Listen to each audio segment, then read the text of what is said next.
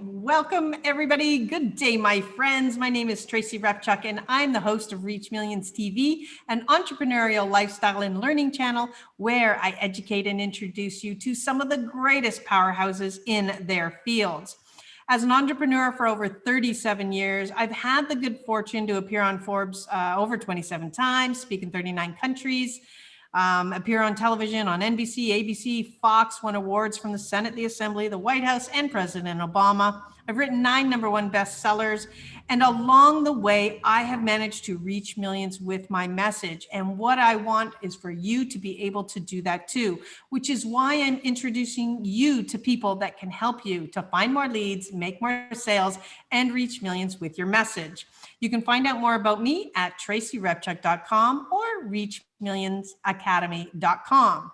Now, today I am joined by a friend and powerhouse who I've known for many years and is definitely a rock star at what she does, and that is Toni Caruso. Now, with over 30 years of event production experience, Toni has brilliantly managed and successfully organized events, small and large, for entertainment, corporate, and business-to-business worlds. She has taken her skills, experience, and behind-the-scenes event knowledge to professionals so she can help you educate, inform, and share your genius on the stage. And in the speaking world, she can guide you and help speakers, experts, and gifted messengers to stand out and monetize their message. So important as you're reaching those millions. And as we know, speaking is one of the fastest ways to grow your business. It's my favorite personal choice too. And you can showcase your knowledge and expertise, and being an effective speaker is your breakthrough ticket to getting the results that you are looking for. So again, welcome to the show, Toni. It's so exciting to have you here. I love it. I love seeing your face. I miss you in California, and I missed you at our event in June, but hopefully we'll see you soon. We'll see, right? We'll see what happens between the Canada and the US border. Exactly. For sure. And yeah, so we were just chatting before. Now, before we jump into where you are now, I want you to give a little bit of your background, because you've been in this game 30 years. And I know it was really key to you becoming the successful event producer and organizer that you are today. Well, yeah, I had started at birth. I tell the story that, I was born in July, and when you have a July birthday, nobody comes to your birthday parties because it's the middle of summer. You didn't have texting, you didn't have email, you didn't have people's phone numbers really, and it wasn't like you could invite your class. So at a very young age, I realized that I really had to work hard to get people to my party. So I would start promoting my birthday before the end of the school year so that I could get people to come. Otherwise, it was the same 5 people who swam in our backyard above the ground swimming pool, and then they'd come on my birthday with presents. That was the only difference. So I started very young doing, the high school dances and then college parties, and slowly but surely got into the corporate world. And then it was, holiday parties and conferences. And there wasn't something called an event planner as a job at the time, but that was what I was. But I was that in addition to whatever job I had in the corporation. So when I finally found the opportunity to be just a corporate event planner, I jumped on it and did that for many years. Then ended up as a stay-at-home mom. I was 43 years old having a baby. And I was a stay-at-home mom, and I became the Uber, Moms Club president, fundraising chair, jogathon chair, PTA president, everything, till my son turned about 13 and said, "Mom, you're more popular than I am. Could you not do anything at school anymore?" So then I started meeting entrepreneurs and finding that, man, they really have some great messages. I need to put them on stage. So that's when I got into the entrepreneurial world and started building a business as an event planner outside the corporate structure. And I absolutely love it. I have some great, amazing clients, and I also do some amazing events myself. But then I noticed that so many speakers didn't know the business of speaking. And they failed to do things that were just basic, and they didn't monetize and maximize their time at the event and on the stage. So I thought, here's a little niche that's really missing. So I'm kind of focusing now my Academy for Speakers on helping those speakers make the most of every event they attend and do everything right so they get asked back again and again. I mean, that was a little long explanation, but in a nutshell, that's who I am. Well, very good. It was great to get that lead in, because a lot of times people think, oh my goodness, somebody came on the scene rather rapidly, right? No, there's always this backstory that led us to where we are today.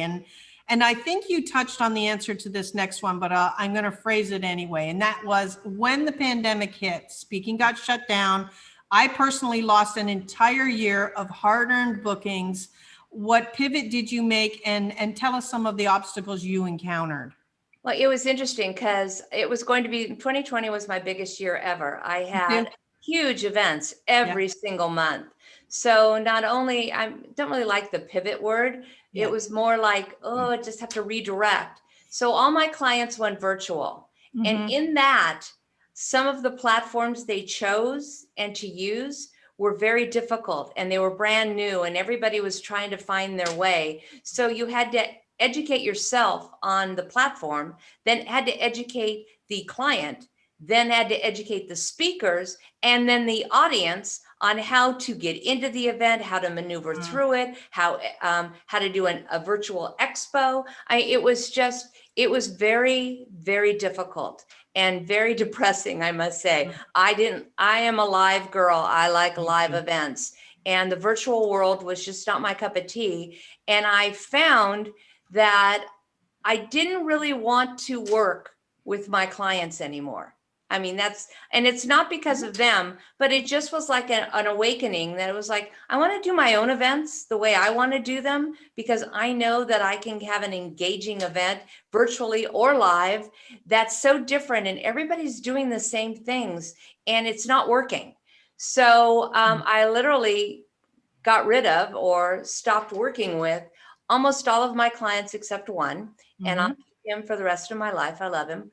And so I'm doing his events and then doing my own events. And then I decided to focus on the Academy for Speakers, which I was just doing regionally. And now I've taken that nationally and opened a coaching program, which is new to me. I never thought I'd be a coach. So, I had to figure out, what do I want to do? And it gave me the time to say, you know what, I can walk away from this and move into something that I really love doing. And I love helping people in this way, because this over here isn't making me happy. Yeah, and I encountered the exact same thing when, around whatever Feb 2020, March 2020, all the engagements are gone. We did the same thing. We then took a hard look at our company and what we were doing, and said, that's not really making us happy. And I had vocalized it before, right? I'd attended masterminds, and I said, I really want to switch my entire business paradigm, because I was doing, websites for everybody, and I was doing little landing pages, and I was doing all of this, which I love to guide people, but the building of it, it was a nightmare, right? And so when that came along, we did the same thing. We said, that's it. We're not doing that anymore.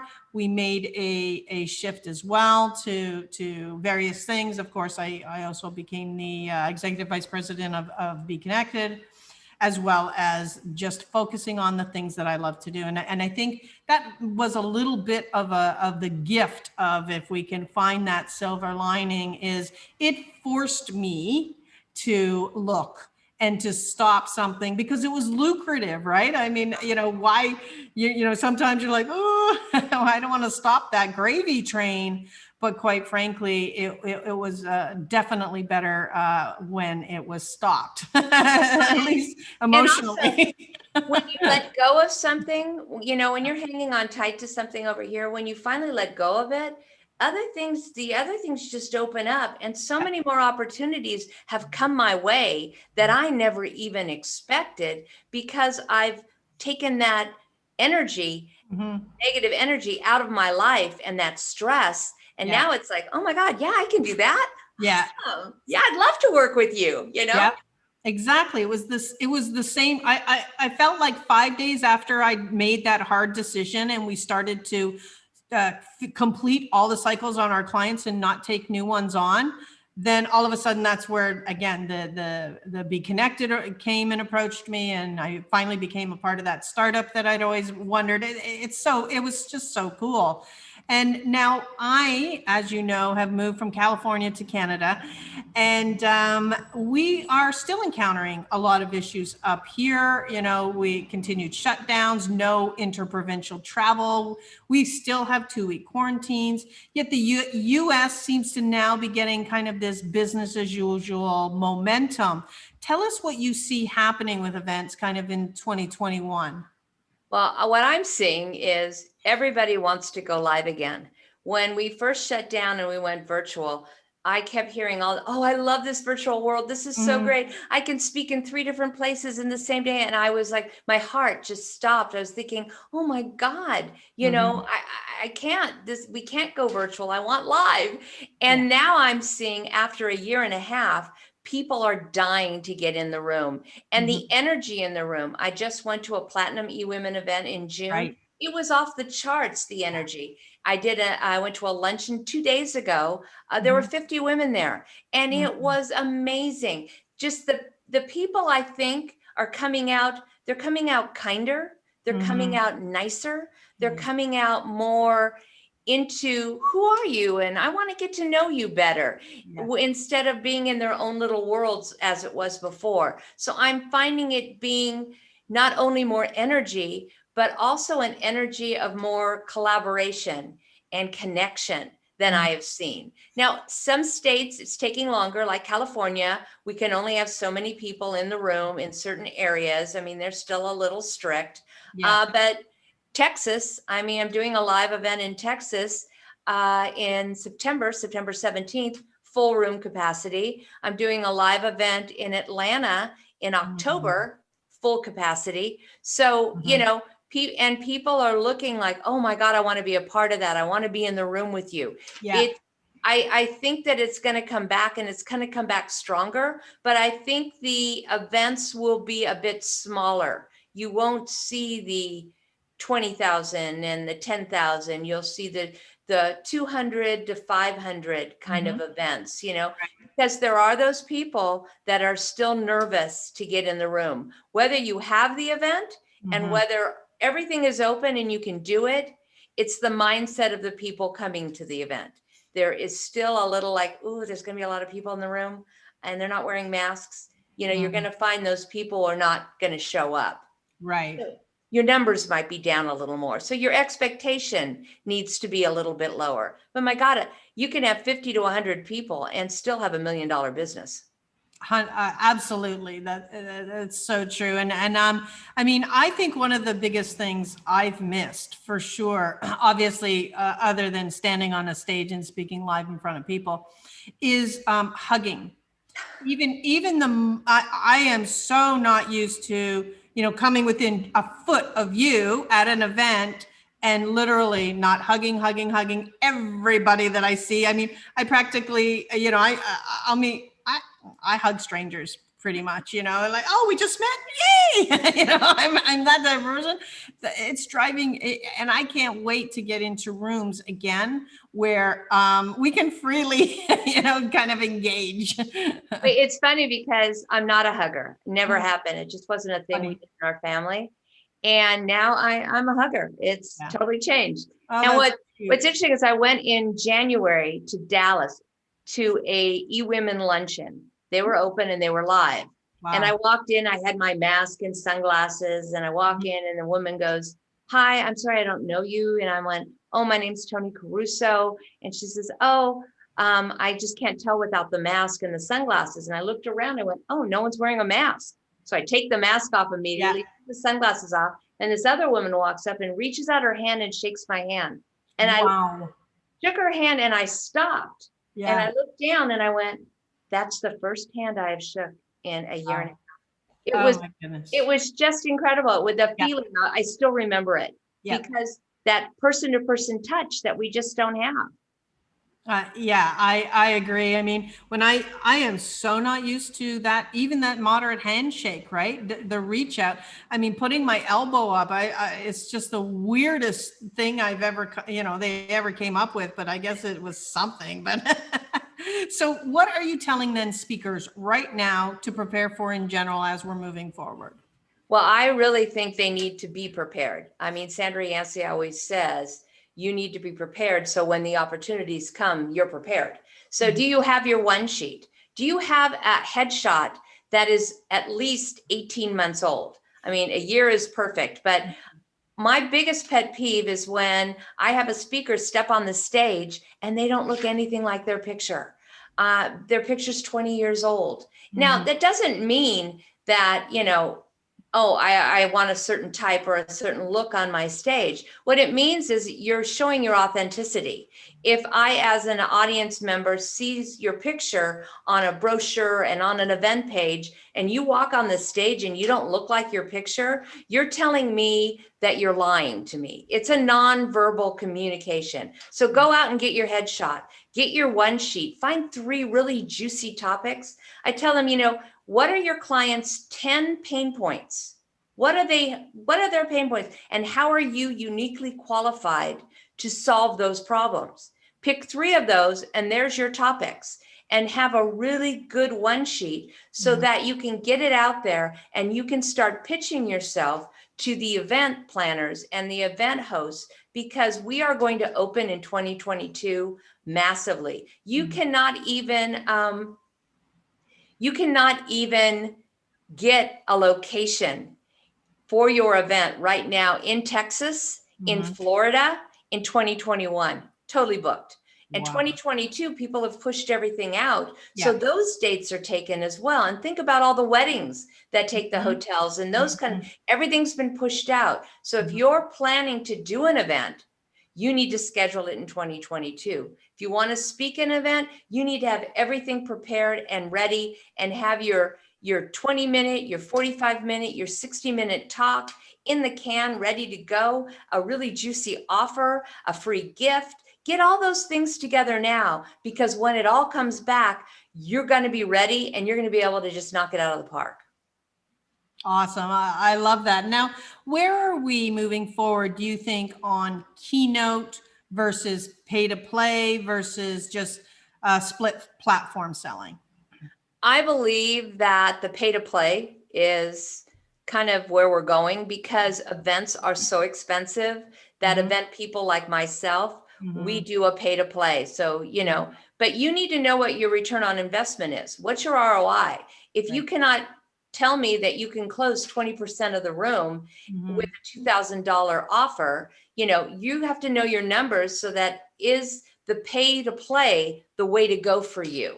I mean, if you're paying $5,000 to speak on a stage, you need to know that you're going to double or triple that by your offer to the audience. So you need to know what your ROI is. So is it worth your while? Stop speaking on stages that are not your ideal audience. So go to those places that are really your audience and you can make the most. And whether or not it's maybe a pay to percentage, where you pay a little bit and then you take a percentage, or maybe it's a 50-50 split. If you're someone like Bo Eason, and I know that you can close 65% of my room, I'm going to do a 50-50 split, because I'm going to make more money off of you and you're going to make more money. So, the bigger you are, the better the negotiation is. Now, keynotes are very hard right now, because the Les Browns of the world are sitting at home doing keynote after keynote after keynote, and he's getting paid every time. And they can get Les Brown because he doesn't have to travel. There's no hotel fees. There's none of that. So they can hire him maybe at a little lesser cost, and he doesn't have to leave his house. He has a full studio set up. So if you're not at that level, keynotes are going to be a little harder, the pay where you're going to get the paid gigs, but they're still out there. There are colleges that pay, there are schools that pay, there are corporations that pay. And if those are your ideal clients, then those opportunities are still out there to find. Very cool. We've got one question in from the audience. It says, I'm new to the speaking world. I'm working with a coach. What do you recommend for finding in-person events to be attending and requesting to speak at? Well, first of all, you need to be attending them. If you are not attending the event, getting to know the people in the room, getting to know the hosts that are hosting it, you cannot just pitch people. I think I'd be great for your guests because of this. You know, if you don't know my audience, you don't know what they need. And I get pitch letters all the time. I need to be on your stage because I do blah, blah, blah, blah. And I'm thinking, well, my people don't need blah, blah, blah, blah. You know, so make sure that you're in alignment with what that audience is, what the theme of the event is, research it and get to know. You know, you can get to know people on Instagram and you can get to know them on Facebook and LinkedIn. Follow people that are event planners, comment on what they're saying. Be that person that can answer a question that comes up and they go, whoa, she seems to know, she's engaged with me. You have to get into their world so they notice you. It's like walking into a job interview. If you have someone refer you, you're going to have a better chance of getting that job than if you're going in cold. So it's just kind of better to be in the world. And if you're just starting out, that means that you're going to be speaking in your area, your regional area. Get out there and get known in your area and start doing Facebook Lives, start doing YouTube videos, get out in the social media world. Let me see, can you walk and talk? Do you have a really good message? Can you give me one tip in 90 seconds that is killer? I mean, I'm going to think, oh my God, if she can do that in 90 seconds, just think what she can do in 20 minutes. Yeah. So you can get yourself out there in ways that don't cost you money and just get known and get visible. You just need to be visible in this world. I agreed. I love that's right. You know, don't expect a cold call. Especially event producers, event planners, managers of that nature, anyone who's putting on their own event, because they need seasoned experts because of the cost of these things. These aren't, you know, run-of-the-mill expenses. They never were, actually. They were always, and it's always been a costly endeavor. It's just we're even more limited right now, obviously, because of the rate, which is making it even more important to get out there and be seen and make those connections. So Toni, I thank you so much for your time and taking us deeper kind of into the behind the scenes of the speaking world. How can our viewers stay in touch with you? I always say just follow me at Toni Caruso Events on Instagram. I have a LinkedIn in the bio. Just click the bio, and in that link tree, I have free gifts. There's a place for you to schedule a call with me. So if you would like to talk more about what you're looking for in your career, schedule a call. I'd love to give you 15 minutes of my time. So that's the best way to do it. Love it. Nice, simple, to the point, guys. So be sure to connect with Toni Caruso and stay tuned to this channel for more exciting episodes of Reach Millions TV here on the Live in the Hive broadcast network. And be sure to grab my free gifts at fastactionresults.com. Until next time, here's to your continued success.